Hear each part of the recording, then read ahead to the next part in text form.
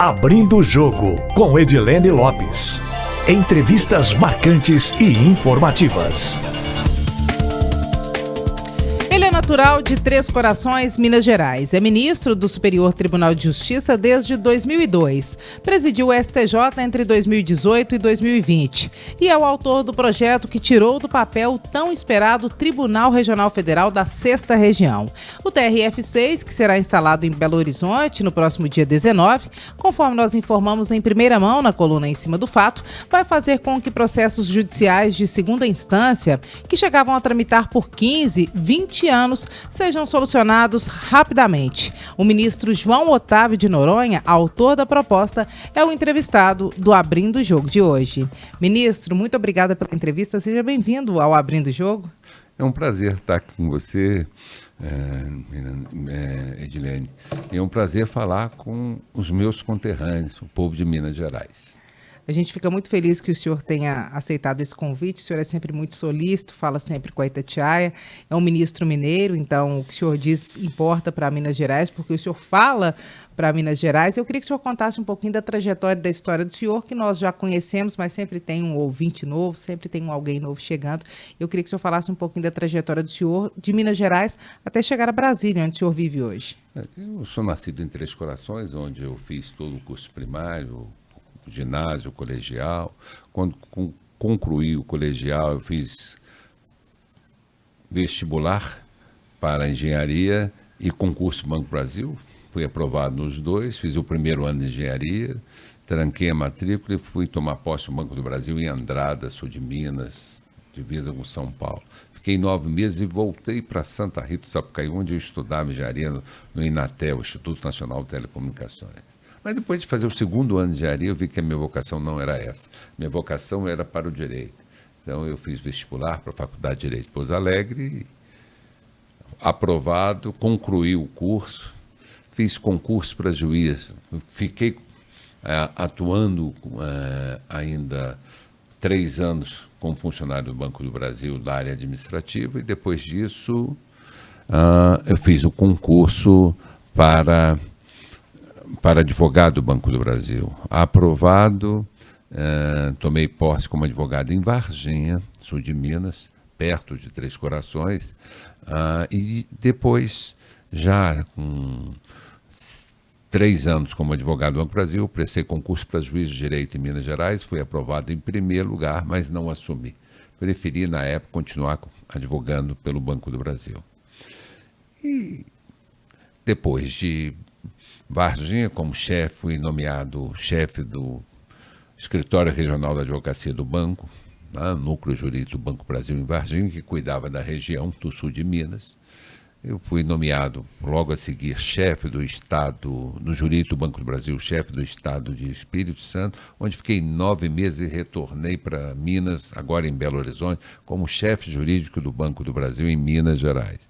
E passado 3 anos, eu fui nomeado diretor jurídico do Banco do Brasil. E ali permaneci por 9 anos, aproximadamente. E quando ocupava o cargo de diretor jurídico do Banco do Brasil, era presidente o Fernando Henrique Cardoso, um dos maiores presidentes que esse país já teve, e que nos apoiou para concorrer à vaga de ministro superior do Tribunal de Justiça. Eu entrei na lista sexta da Ordem dos Advogados do Brasil, entrei na lista tríplice elaborada pelo próprio Superior Tribunal de Justiça e nessa lista tríplice eu fui nomeada pelo presidente Fernando Henrique. E tomei posse em dezembro de 2002, e este ano vou completar 20 anos de Superior Tribunal de Justiça. E nesse período de magistrado, como ministro Superior Tribunal de Justiça, eu ocupei o cargo de corregedor da Justiça Federal, fui ministro do Tribunal Superior Eleitoral, corregedor-geral da Justiça Eleitoral. Na época da eleição entre Aécio e Dilma, eu fui o corregedor-geral daquelas eleições. Portanto, conheço muito bem a Justiça Eleitoral. E depois já assumi o cargo de diretor da Escola da Magistratura, da Infam. Eu fui eleito pelos pares para Corregedor Nacional de Justiça, ou seja, fui corregedor do CNJ. Terminou meu mandato no CNJ, eu assumi a presidência do STJ em 2018, em agosto de 2018 até agosto de 2020. Ter concluído o meu mandato de presidente, já tinha ocupado todos os cargos possíveis na magistratura, eu retornei à bancada para julgar, que é o que eu mais gosto de fazer. E hoje eu estou na terceira sessão, na quinta turma, cuja competência é julgar causas de direito penal.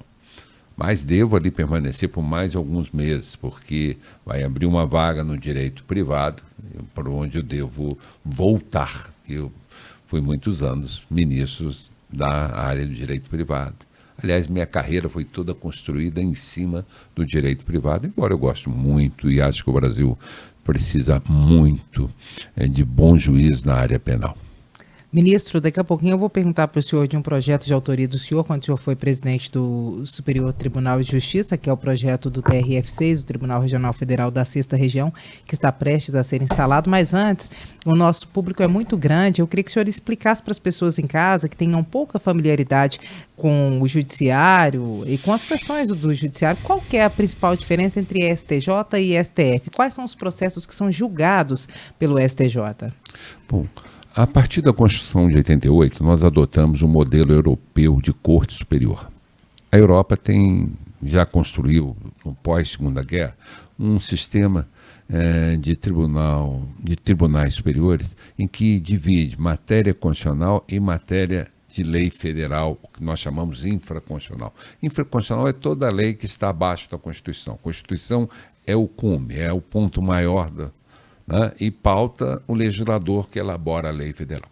Então, a partir daí, da Constituição de 88, nasce o Superior Tribunal de Justiça, com essa missão, assim como tem na França, tem na Itália, tem na Áustria, uma corte encarregada de assegurar a inteireza, de assegurar a aplicação da lei federal no país. E essa missão foi dada ao Superior Tribunal de Justiça. O Supremo, que já existia, a ele ficou reservada a competência em matéria constitucional.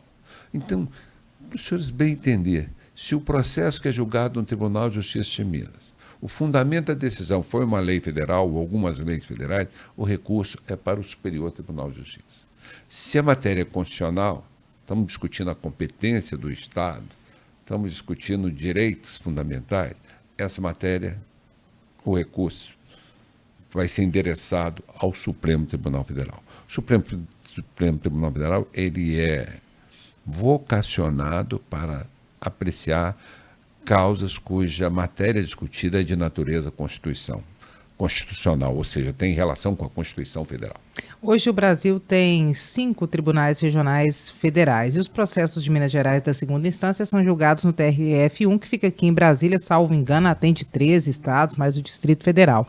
Qual que era a necessidade de ter um tribunal regional federal a mais, que no caso é o 6, que vai para Belo Horizonte? Eu queria que o senhor falasse do todo e do que Minas representava aqui no TRF1. Olha, o TRF1, onde está Minas atualmente ainda, ele compreende, como você disse, 14 estados, 13 mais o Distrito Federal.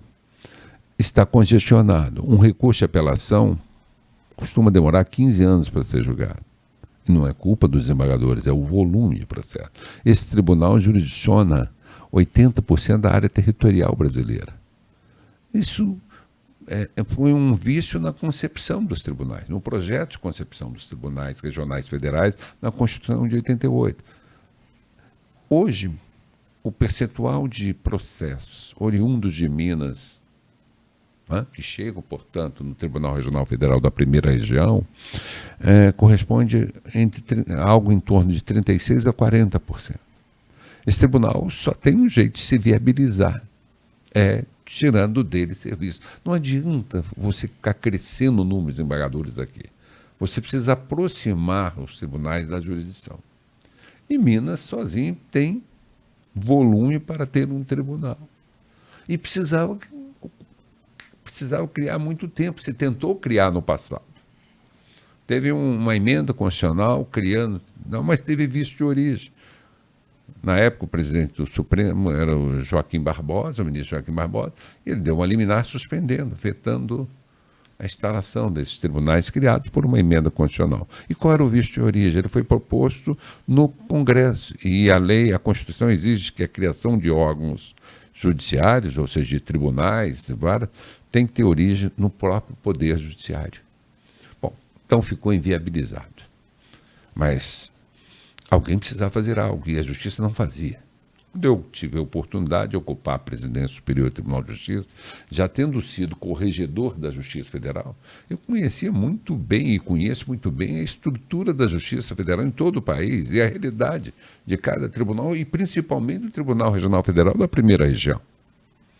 Ao me deparar com esse problema, só tem uma saída. Nós temos que criar mais tribunais. Talvez no futuro criar mais 2 tribunais. Mas no momento, qual é o maior ponto crítico da Justiça Federal? Minas Gerais e o TRF1.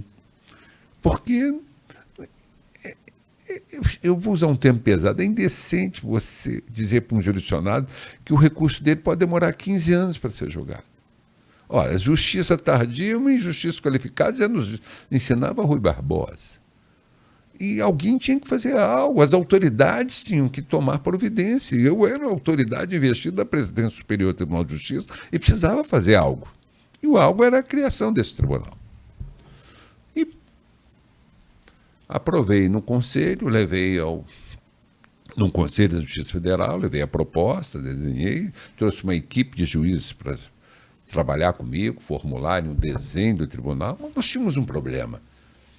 O problema é que nós estamos com uma emenda, uma PEC, que proíbe o aumento de gastos. O aumento de gastos no teto, tem que respeitar um teto de gastos. E para respeitar esse teto, nós tivemos que ser criativos. E como é? Nós vamos criar o tribunal gastando a mesma coisa.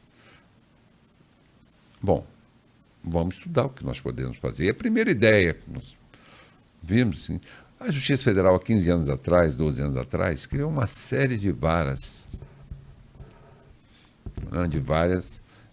no primeiro grau.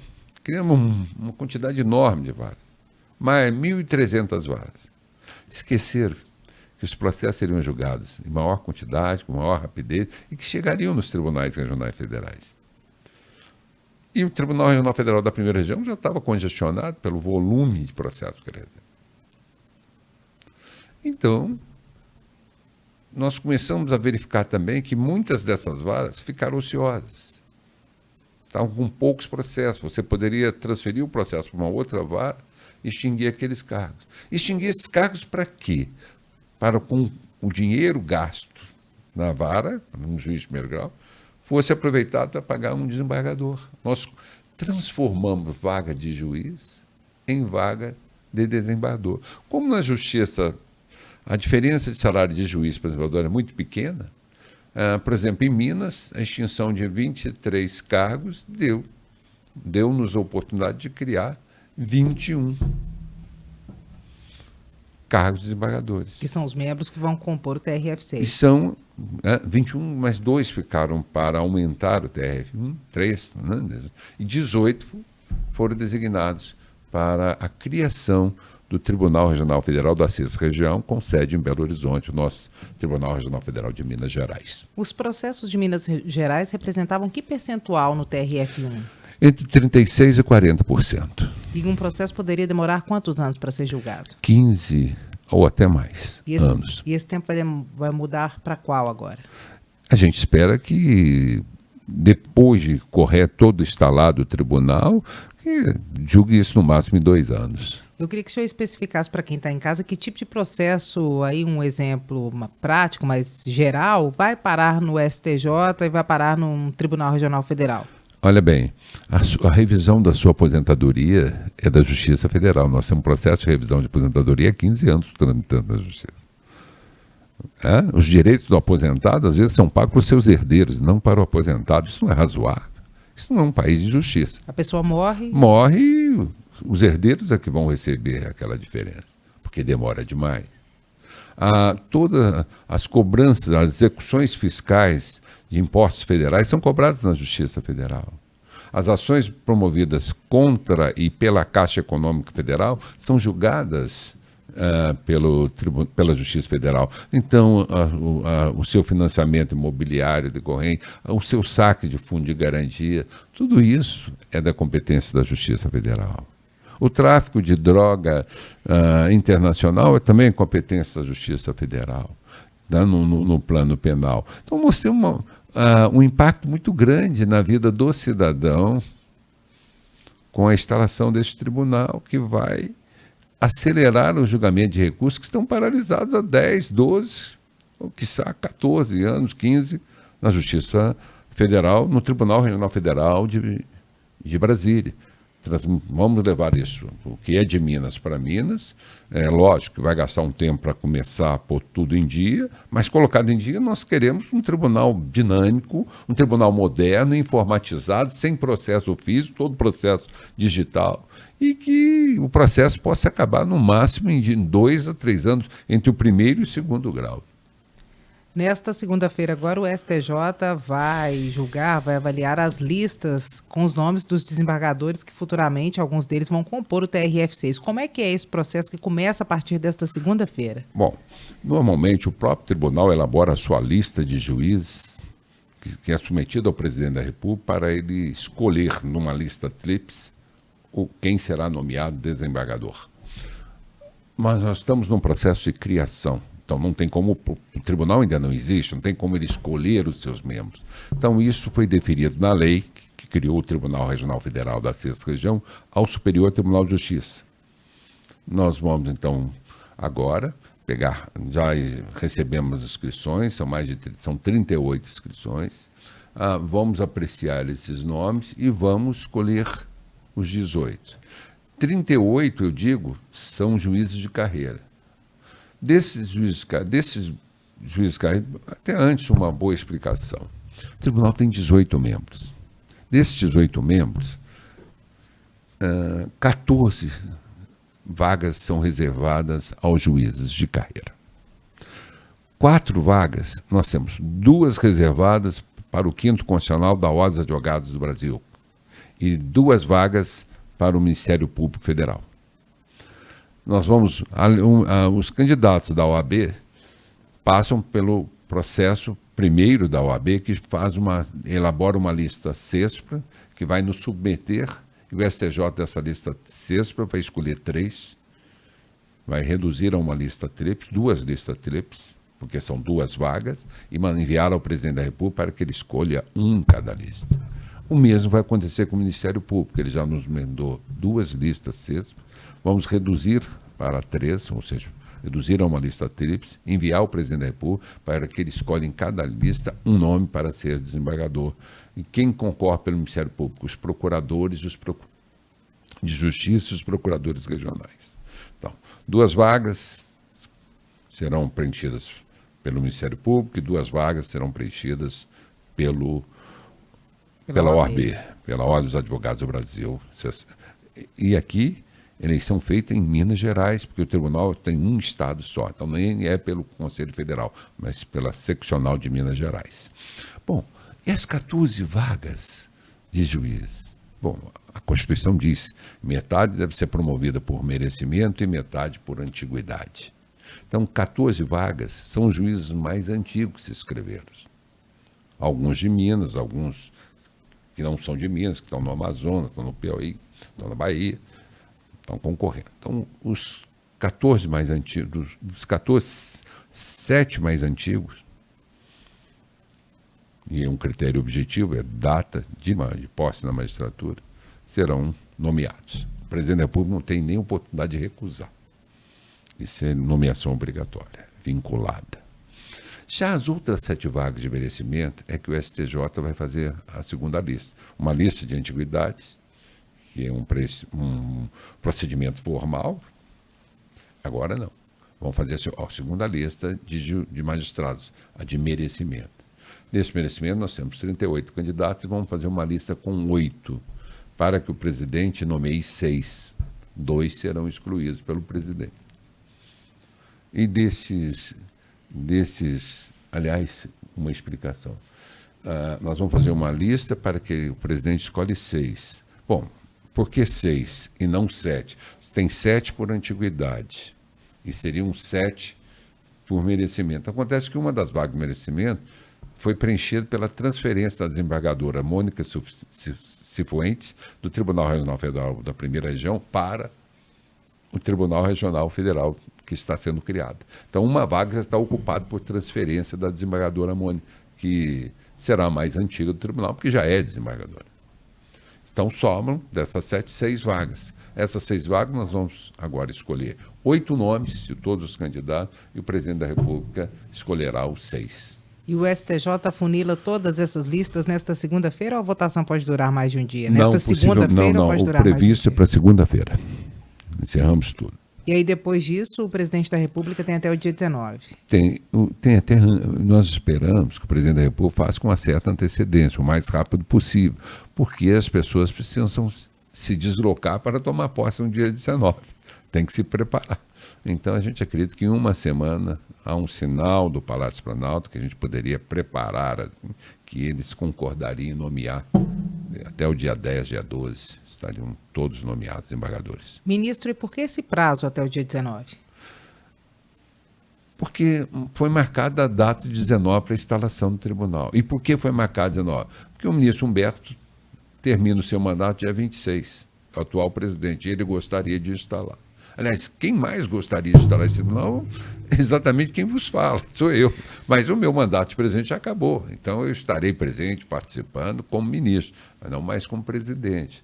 E, lógico, a gente vai estar lá com muito carinho, porque é muito bom ver que Minas evoluiu, que uma injustiça feita ao nosso Estado no passado, quando criaram os tribunais regionais federais, começa a ser reparada. Minas há muito merecia e necessitava de um tribunal regional federal. Sem bairrismo. Sem bairrismo, nós estamos dizendo pelos números, pelos dados. E, ministro, o senhor acha que se o STJ não tivesse tido um ministro mineiro, que no caso foi o senhor, esse TRF-6 sairia do papel? Bom, o TRF teve, o tribunal, o STJ já teve vários ministros mineiros. E também não fizeram. Eu não sei que... Desde o início dessa reivindicação, depois delas mais intensificado, pode primeiro não ter foi tido, o senhor? na presidência não teve. Na Isso. presidência. Mas não é questão de ser o ministro João Otávio. É que a situação impunha uma atitude. E alguém precisava tomar. E que bom que eu estava na presidência nesse momento, quando nós conseguimos viabilizar. A criação de um tribunal não é só um projeto de lei que você encaminha ao Congresso. É preciso você negociar com o Congresso, com a Câmara, com o Senado, com as autoridades, com o Executivo, trabalhar o orçamento, viabilizar economicamente a instalação, quer pelo orçamento, quer pela previsão de gastos, pela contenção de gastos, porque nós temos um orçamento muito enxuto para a criação deste tribunal. Então, que bom que foi possível na minha gestão criar. Eu fico muito feliz por isso.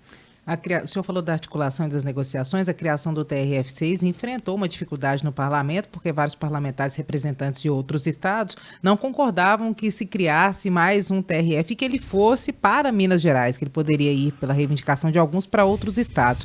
E o senhor falou que existe a possibilidade de se criar mais 2 TRFs. Esses, por necessidade, poderiam ser em quais regiões do Brasil? Não, isso ainda deve passar por um estudo. Eu acho que tem, e na minha visão, acho que o Brasil ainda comporta 2 tribunais regionais federais, vai ter que, isso no tempo, não precisa ser agora.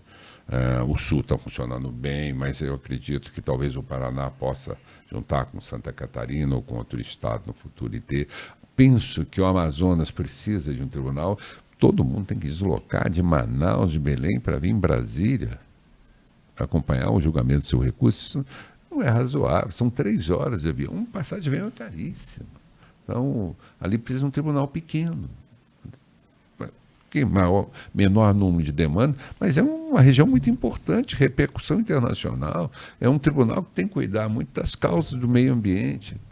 Então, me parece que há espaço. Mas isso não vai ser tratado agora, tenha certeza, mas será tratado em um dado momento, porque essa necessidade vai se mostrar no tempo. Já se mostra, mas será melhor conhecida no tempo, acredito eu.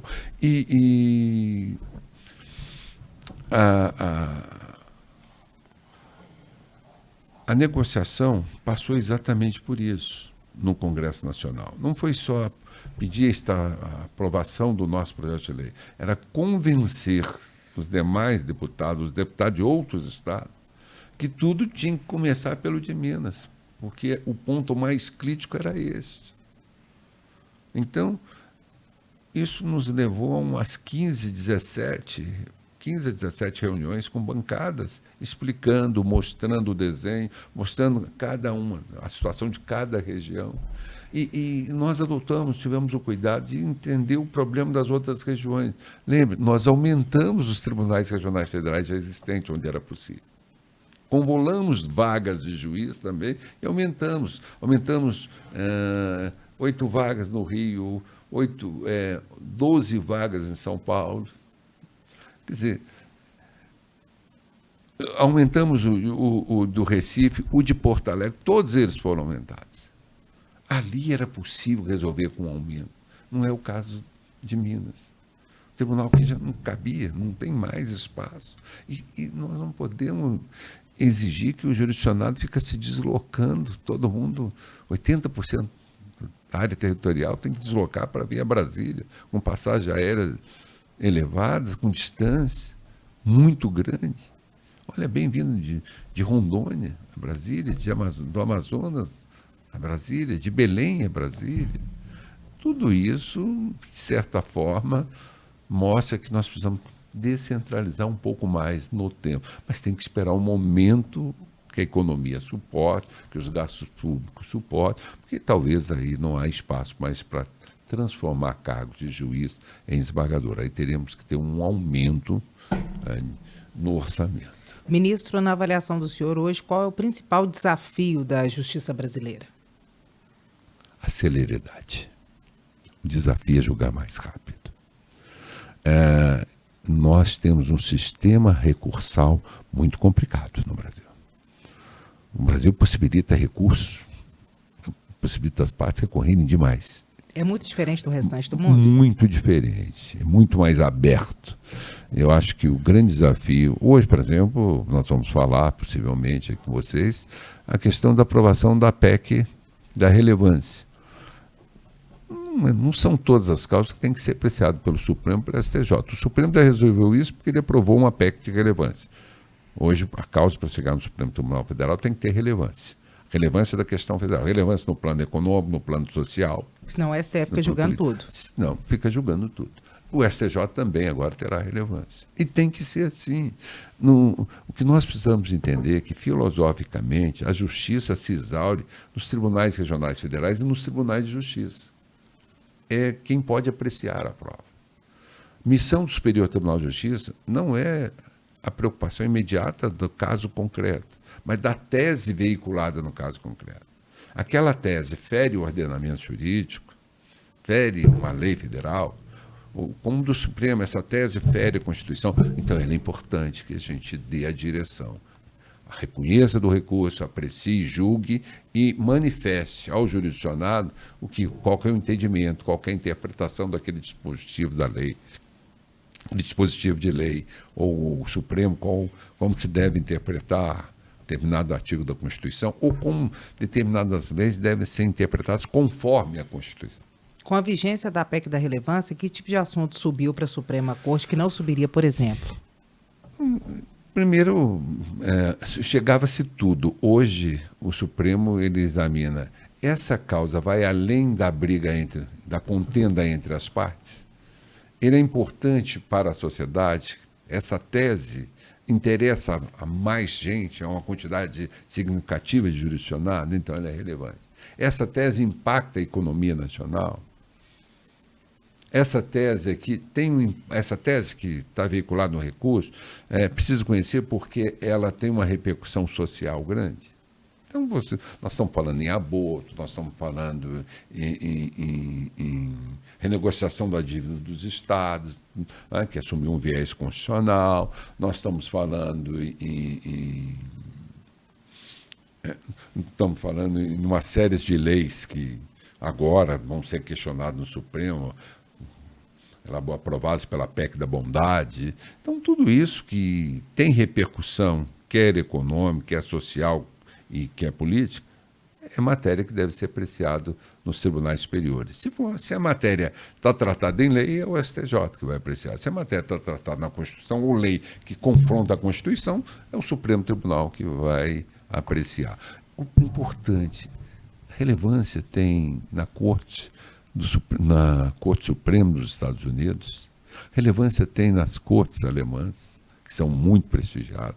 Em todos os tribunais superiores do mundo se julga fazendo um filtro pela relevância da natureza da matéria colocada em xeque, colocada no recurso. O senhor acha que isso vai tornar a justiça mais precisa e mais célere? Mais precisa, mais séria e julgando o que tem que julgar. Ministro, um outro assunto que é um assunto momento agora diz respeito à justiça eleitoral e à segurança das urnas eletrônicas. O senhor relembrou que o senhor foi corregedor na eleição em que Aécio Neves disputou com Dilma Rousseff e que provocou muita polêmica e que até hoje provoca. O presidente Jair Bolsonaro já falou várias vezes, por exemplo, que ele acha que o Aécio Neves ganhou essa eleição. Hoje, as urnas eletrônicas, o processo eleitoral brasileiro é um processo seguro? Não tenho dúvida, como era. Eu quero dizer a primeira coisa, quem ganhou a eleição foi Dilma Rousseff. Eu era o corregedor-geral, portanto, responsável pela segurança das urnas e responsável pela segurança das próprias eleições. Segundo, o PSDB questionou as urnas na época. Nenhum problema tivemos. Convocamos todos os partidos, inclusive o PSDB, e eles indicaram os peritos. Somados os peritos indicados pelo Tribunal Superior Eleitoral, foi feita uma auditoria nas urnas. O resultado, o PSDB pediu desculpa. Reconheceu que as urnas eram seguras e que o pleito tinha sido normal e a proclamação plenamente válida. Então, observe bem. Eu não entendo quem orienta determinados candidatos para questionar algo que funciona bem e que é modelo no mundo. O nosso sistema de votação, nosso sistema eleitoral é modelo no mundo. Poucos países, além do Brasil, muito poucos, conseguem no mesmo dia anunciar quem é o presidente da República, no mesmo dia da eleição. Quais foram os deputados eleitos, quais os governadores eleitos, quais os prefeitos eleitos, quais os vereadores eleitos. Nós somos modelo. Nós temos que ser copiados e não questionados. Aliás, eu li na imprensa hoje que a embaixada americana soltou uma nota, o governo americano enviou uma nota afirmando que o sistema brasileiro é seguro e modelar. E o senhor acha que o sistema de urnas eletrônicas do Brasil, que é seguro, pode ser aprimorado? Tem gente que defenda, por exemplo, que haja um depósito de votos impressos dentro de uma urna que fica ao lado dessa e que se precisar fazer uma conferência tem ali a impressão do voto. O senhor acha que isso é necessário ou não? Ou nós temos urna eletrônica ou temos papel. O senhor acha que esse é um passo que não dá para voltar? Não dá para voltar. Nós temos urna eletrônica ou temos papel. Engraçado, nós sacamos eletronicamente no banco, nós depositamos, nós movimentamos dinheiro e ninguém fala que é inseguro. Tem fraudes. Mas tem sistema que permite captar fraude, verificar, rastrear. A urna eletrônica é uma urna que não é conectada em rede. Ela não está online. Vota-se, fecha e transmite online o resultado. Então, o disquete fica ali com os dados gravados. Os dados gravados. O que é transmitido depois é conferido. Então, observe, não tem razão de ser, não tem razão para questionar a seriedade de um processo eleitoral modelar como o brasileiro. Ministro, vamos lá para um bate-bola rapidinho? Eu dou uma frase e o senhor devolve com outra mais curtinha? Vamos lá? Eleições no Brasil, 2022. Expressão maior da democracia. Equilíbrio entre os poderes hoje no Brasil. Reitero, expressão da democracia e o Supremo tem exercido um papel fundamental nesse equilíbrio. Desenvolvimento de Minas Gerais, Estado nosso, do senhor. Eu estou esperando por ele. O Estado tem passado por um processo de desindustrialização nesses últimos anos. Eu espero que seja revertido. Torço muito para que Minas volte a crescer e aumentar o número de empregos. Papel econômico do Brasil no cenário mundial nos próximos anos. muito importante. O Brasil não pode ser visto só pelo agronegócio. O Brasil precisa recuperar a sua indústria. E acredito que há muito espaço para isso. Eu creio que o Brasil precisa criar um Ministério do Planejamento exclusivo. Nós temos hoje um Ministério de Planejamento e Orçamento, que só cuida do orçamento. Falta-nos a visão de futuro. E o Brasil precisa fazer isso muito rapidamente. Ministro, muitíssimo obrigada pela entrevista. O prazer é meu estar aqui falando com você, Edilene, e com os meus conterrâneos. Nós agradecemos a presença do ministro do STJ, João Otávio de Noronha, que já foi presidente do Superior Tribunal de Justiça e que é natural de Minas Gerais. Ministro, mais uma vez, muito obrigada, seja sempre bem-vindo, volte quando quiser. O ministro, nós falamos sobre isso aqui na entrevista, é autor do projeto que cria o TRF6, o Tribunal Regional Federal da 6ª Região, que será instalado em Belo Horizonte no próximo dia 19. Nosso podcast vai ao ar toda segunda-feira, feito em áudio e vídeo dos estúdios da Itatiaia, aqui em Brasília.